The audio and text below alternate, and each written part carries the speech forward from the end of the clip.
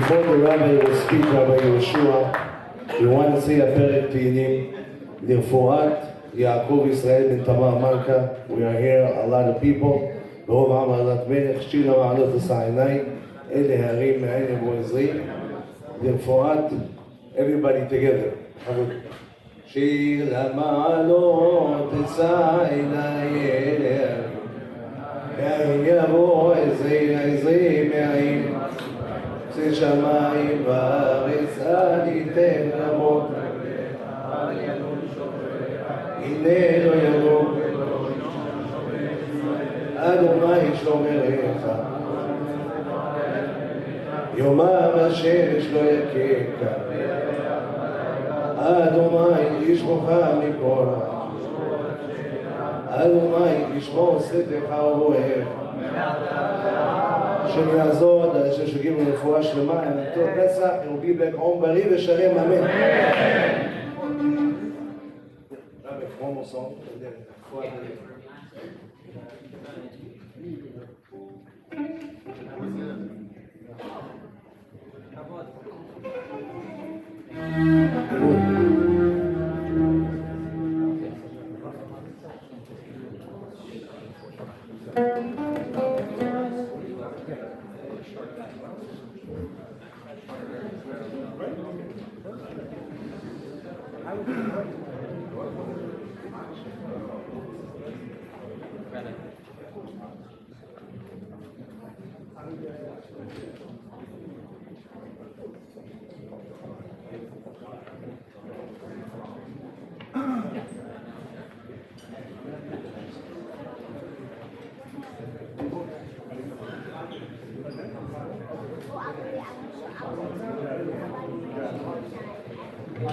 You guys mind to move one chair?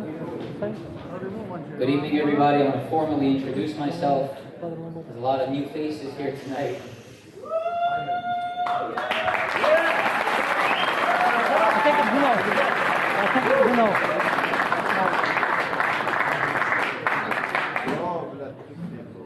I'm the annoying guy you had to text for the RSVP. My name is Yehoshua Kaiko. I am the Rav here across the hall. I should have said here in this beautiful big room. The way this event started, really the way we started to be inspired to make this event, every Tuesday night at 8:30, we have a shiur in the other room. We have a consistent crowd of 40 to 60, sometimes even more, guys that come every week. And we thought of, what are we going to do to inspire these guys before Pesach? What are we going to do to inspire the Chevra before Pesach? One of the things we were thinking of, maybe make another shiur. Maybe make another, bring a famous speaker to come and give a few words of chizuk, of divrei Torah. But then, a couple of the members of our board, we decided to do something that will really max out inspiration before Pesach. That's what we wanted to do. We have a big holiday coming, a big Chag. And this Chag is known as Pesach. A couple of weeks away. For those of you that know what Pesach is already, I'm not going to give you a whole spiel about it, but I want to bring a modern version of how we could look at Pesach today. And the Rambam foresaw this almost 1,000 years ago when he wrote this. And listen very closely to what the Rambam writes. The Rambam writes, in the time before Mashiach will come, Bnei Ishmael and Bnei Esav, who are both the inheritors of, not the inheritors, but are both the offspring of Avraham Avinu. They will both come and go to Israel and say, this land belongs to the offspring of Avraham. We are the offspring of Avraham. Are they not? Esav is the grandson of Avraham Avinu. Ishmael is the son of Avraham Avinu. And they will come in the days of Mashiach and say, this land belongs to us. The Rambam says there will be no answer to this question. This is in the Pirush of Mishnayot of the Rambam and Masechet Sanhedrin. He writes this. There will be no answer except one thing. Who keeps the Seder Pesach? Do the Ishmaelim keep Pesach today? No. Do the Bnei Esav keep Pesach today? All those that are kashur to the Chag of Pesach, it is the ultimate proof that you are a descendant of Abraham Avinu, and you were the one that was, Hashem spoke to Abraham and told him, Ki geri yezaracha be'eretz lo lahem, va'avadum ve'inu otam 400 shana. You will be slaves in a land. And this holiday, even the most fried Jew, or the most frum Jew, they keep Pesach. They keep something in Pesach. In my office, they make a joke. Some people, they call him, he's the Manischewitz Jew. They have something, matzah, wine, something for Pesach that they acknowledge. These are the people that in the future will be the ones to inherit Le'olam Yerushu. Everyone asks me, a lot of people ask me if I could, I'm telling you, I'll show the list of the RSVPs. I had a question, why is Beryl coming? Beryl Solomon is not just a guy that looks like a taller version of me, because I got that 1,000 times tonight. But I want to explain to everybody why I decided to bring Beryl. I was very hurt that public companies, that yes, Jews shouldn't be subscribed to these companies, and Hollywood, they disgraced our name the last 5 years. Disgraced. They specifically went to find stories, one of a million stories, to desecrate our name, to put our name down. And besides the people watching it or hearing about it and saying this is really horrible, I know I'm in the workforce. I learn half a day and I work half a day. And part of my half a day job is having to answer questions to people. Hey, is it true that Jews do this and Jews do that? And I have to answer these questions. And I'm thinking, where are they getting it from? And eventually I found out, and there were a lot of people, a lot of Jewish from and non-from, Jews that were offended by what was portrayed by the media. It's not even considered media, it's called entertainment. I can't say the name because I don't want to get any charges, but it's called entertainment for the secular world and the Gentiles to speak about us in a way that's degrading us, and our kids watch it and they should nod their heads and say this is part of entertainment. It's not entertainment. But as much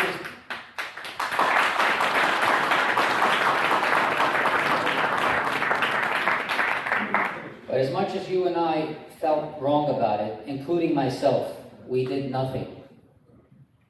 We did nothing. But then one day, someone sends me an hour-long video, which I don't know if I'm going to watch. So watch this video.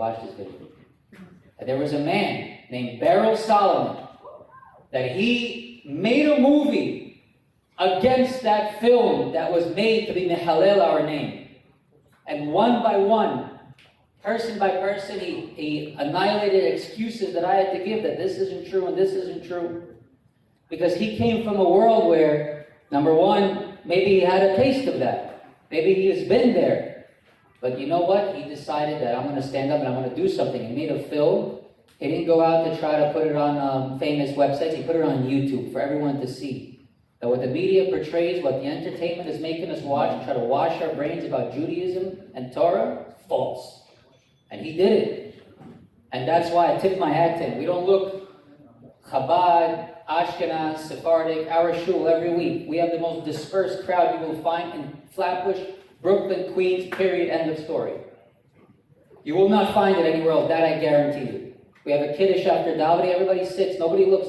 I've been to shuls before, we have the Ashkenazi section over there, and you have the Sephardi section over here, and you have the other section, the miscellaneous. It's not supposed to be that way. If you want to see an example of Achdut, join one Shabbos. Come, we only have a Shabbos minyan. Come one Shabbos, you will see. You know, I had a Divrei Torah, but I have to listen to Nahari. Nahari, where is Nahari? Right here. Yechiel, I have something prepared, but I'm excited for the show that you have for us tonight. I'm not going to say it, but what I will say is, I try to do one thing. I try to bring the best of the best in this room. We have the best Hazan right here in this room right now.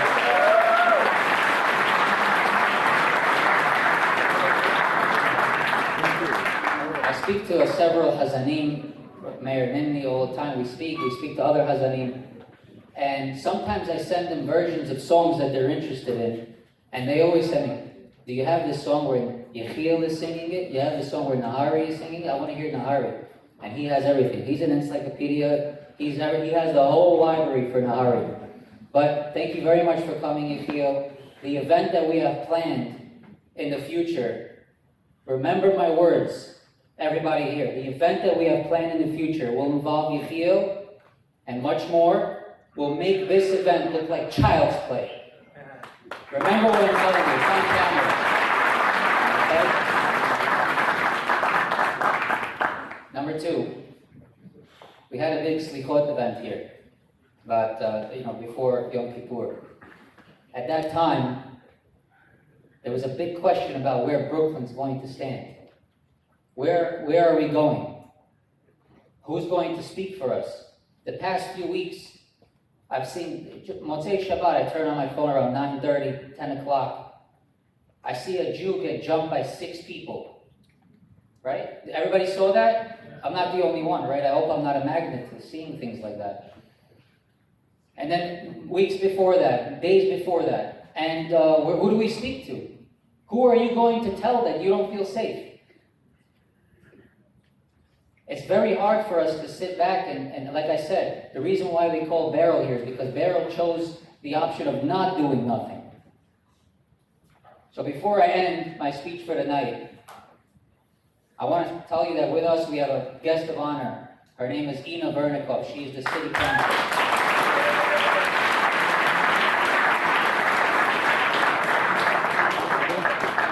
Thank you very much, Ina, for coming. This event would not be possible without the sponsors of the night. I have to mention some of these people. First of all year, Aaron Leviev has been a constant supporter of the Tuesday night shiur. He's currently on a business trip. We wish him much hatzlacha. I'm not a rebbe, I don't give brachas, but Hashem knows in my heart what I really want for you. Hashem should be able to bless you. I also want to thank the Rafael Baba Yisako family, aka Jagman. Okay, we got Rafael, his wife Ruth, his kids Yitzchak, Sarah, David, and Amram. I also want to thank the Yusupo family. I just want to say, where's Yaakov? Yaakov, I gotta tell you, your son, Moshe, really helped me this time. The whole thing is helping me out big time. Your son Moshe's a man. Your wife Esther, thank you so much. Esther, Hashem should bless Ariella, Daniela, Talia, your kids with, they should have a successful future ahead of them just like their parents. Thank you so much. I have to go, this is family politics. Digital Studios is my father-in-law. He sent his crew to report. Thank you so much. I appreciate we have Eddie Aminov, Berachiel Niazov, who does the live streaming on my shares every week. Even though I say no, but he still does it. Thank you so much. My brother-in-law, Shalom Rachminov, also known as Alex, his wife Yafa, and his daughter Ayelet. Thank you so much for your sponsorships and your support. I gotta tell you, I really have faith that we will see the refuah shlema bekarov of Yaakov Israel ben Tamar Malka. Hashem should send refuah quickly. And I want to thank the Nimni family for organizing please say when you eat the food, please think in mind it should be refuah shlema. I want to thank my wife's organization, LA Consulting, for sponsoring as well. If anybody needs any government licensing, nursing homes, you could call me. I'll do the free advertising for her. And I also want to thank my wife for allowing me to have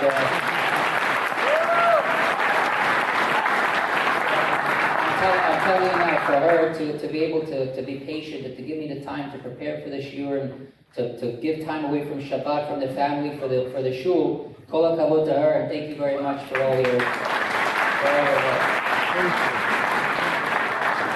There are some not in the sponsor that only Hashem sees. I'm respecting your wishes by not saying your name. Most of all, my brother Isaac, his wife Yelena, Yechiel and Moti, who help every week, the twins, everyone knows the twins, Yael, and the people that helped me to advertise this event, by the way. There's a company called JCN Advertising. Her name is Serena Hain. Don't call anybody else. You hear that, Serena? You bug me about that. Serena Hain, contact her.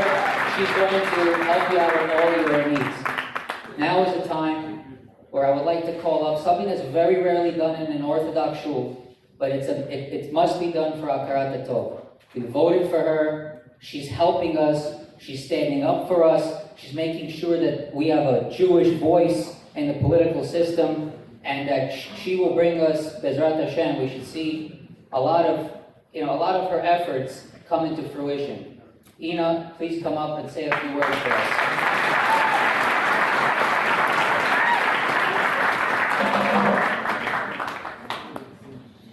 You said I have 10 minutes. Who's going to time me? Thank you so much, everyone. Thank you, Rabbi. Thanks for having me. It's really an honor for me to be here with you. Just a couple of words about the Kaikov family. I came to America from Ukraine in 1986. I went to yeshiva, and my family is not observant. Was not observant before, is not observant now. And when I went to yeshiva, I started observing Shabbat. I lived actually a couple of blocks from here on MN18, and I really had nowhere to go for Shabbat on Saturday. And I had a friend in school, her name is Janet, and she invited me one time for a Shabbat meal, and I think I was pretty much going to her house every Saturday. Her family was extremely hospitable, her home was always open, and her last name is Kaikov, and she's the sister of Josh and Isaac Kaikov.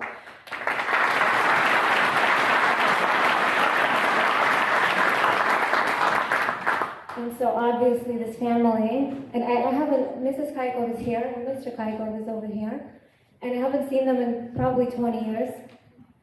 And so, but they obviously made a tremendous impact on me, and looking at this community now, I see the kind of impact they're having on all of you, and so I want to thank them, and thank you all.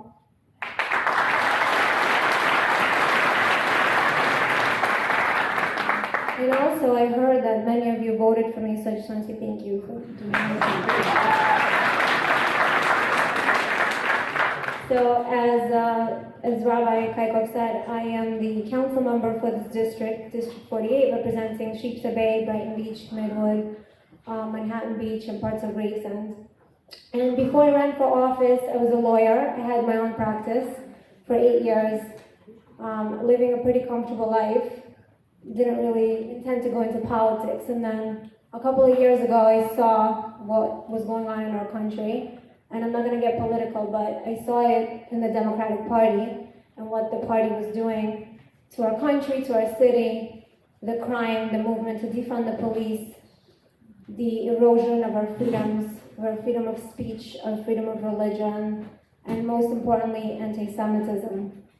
And anti-Semitism has been an issue that's been incredibly important to me for many years. I've never been a victim of anti-Semitism, but our people, my people, rose from the ashes of the Holocaust and built lives for ourselves, and we know what it's like. And unfortunately, in 2022, we're seeing an incredible rise in anti-Semitism here in America, and I know most of you here, I think, escaped the former Soviet Union. We escaped anti-Semitism, and to see it here, we came to this country for freedom, and we never thought that we would see it here.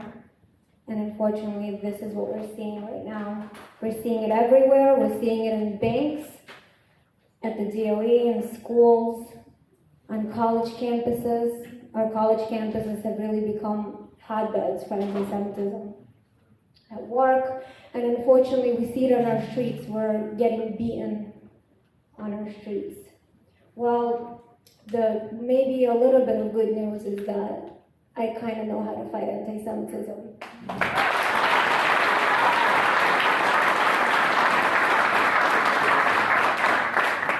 I happen to have learned from the man I consider the best at doing this. I'm sure his name is very familiar here. I'm sure he's no stranger to a lot of you. His name is Joe Hyken. So I learned a lot from him. I learned how to not be afraid to speak up, to stand up, not to care what's popular, to say what needs to be said when it needs to be said.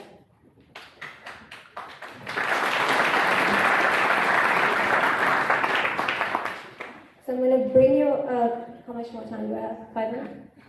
I'm going to bring you a couple of examples because I think they're really important. Last May, while Israel was experiencing Intifada, bombs were flying over our Jewish brothers and sisters. Here in America, of course, we saw some serious activism. So a friend of mine, someone I knew, is a teacher at a public school.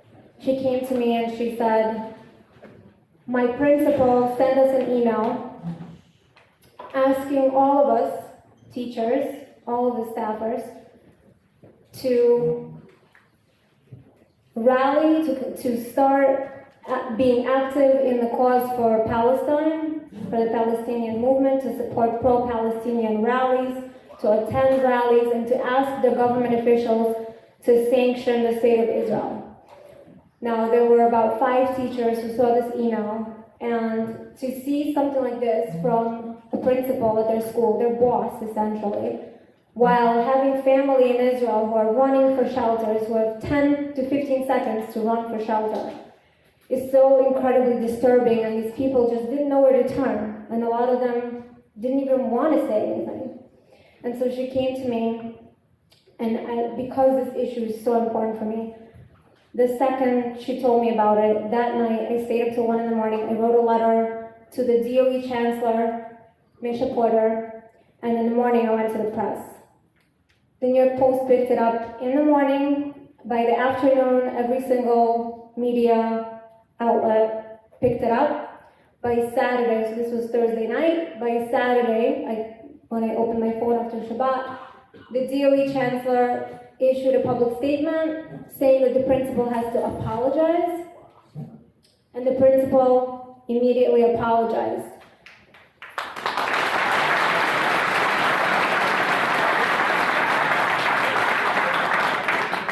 The DOE also made a public statement confirming that no city employee or DE employee is allowed to rally for a public cause on DOE dime, on DOE time.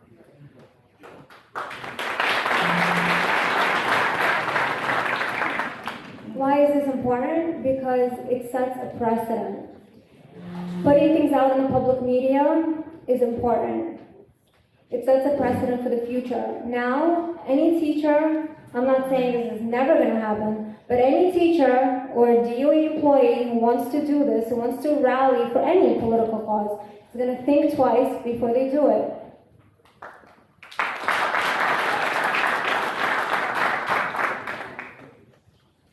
Another example is, during the same time, a student came to me. She was a student at SUNY downstate. She tells me there are 100 Jewish students on the SUNY campus who are afraid. They're being harassed. They're being harassed in the media. They're afraid to walk on their campus. They're being called dirty Jews. They're being called names.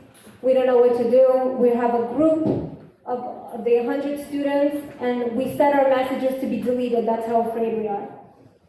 And they went to the administration, simply asking for the administration to make a statement condemning anti-Semitism. And the administration started giving them a runaround. No statement. 1 week, 2 weeks, no statement. So my question is, why is it that when Black Lives Matter need to rally for their cause, the universities all, in one voice, support Black Lives Matter, loud and clear? Palestinian causes, our universities are loud and clear in supporting those. When there is Asian hate, they stand up, they make public statements. But for some reason, when it comes to anti-Semitism, it is so difficult to make a simple statement condemning anti-Semitism. They didn't ask them for anything big. Just make a statement. 2 weeks, nothing. So, against the wishes of some of these students I wrote a letter on my lawyer letterhead complaining about the possible violation of civil rights of Jewish students on that campus. Guess what? The next day, the president wrote them back saying they're going to have a meeting with the school police and the university administration. Now let me tell you that I had two of these students call me after I posted the letter on my social media, asking me to take it down, to take it back, take it down. They're yelling at me. They're telling me they're going to sue me. We're living in a very difficult time, but this is pathetic. That Jewish students are afraid. They're so scared of my letter simply asking the school to condemn anti-Semitism. Unfortunately, this is partially why we are where we are. An organization that I once joined called Legion did a poll, and they asked people, if you go to any community, Italian community, Black community, Palestinian community, Arab community, and the Jewish community, where can you go where you're not afraid to rob people or commit crimes? Can you guys guess which one they picked? The Jews.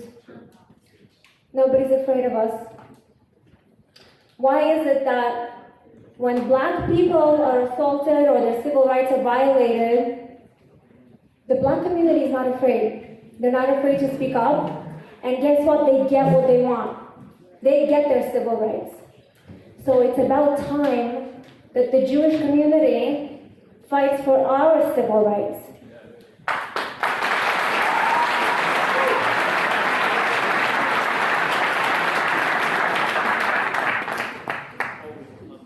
But to do that, we, number one, cannot be afraid to speak up. It's important to use the media, the power of the media, and it's important not to be afraid. And I'm here to tell you guys that you have in me someone who is not afraid. I'm not afraid to speak up for us, for our civil rights, because just like any other community, this is America still, for now, and we still have rights here. And just like everybody else, we're entitled to our equal civil rights. So I'm here for you guys. We have the resources. I have an office, it's on Avenue, 2401 Avenue.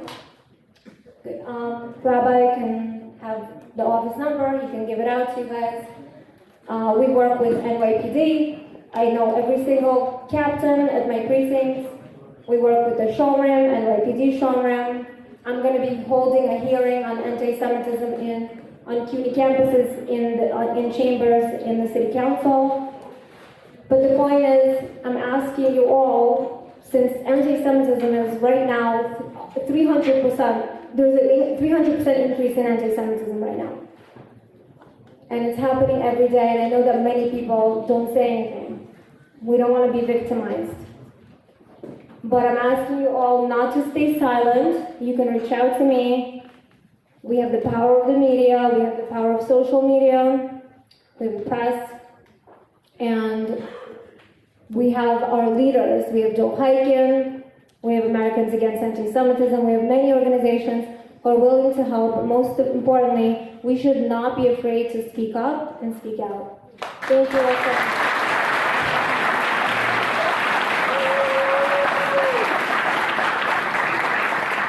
Thank you so much, Ina. Those were very, very powerful words. Thank you so much. Now, the moment we've all been waiting for, we're going to have a special song played for the introduction of Beryl. Everybody put your hands together for Beryl Solomon. Thank you so much for coming. We're really excited about this. Let's get it started.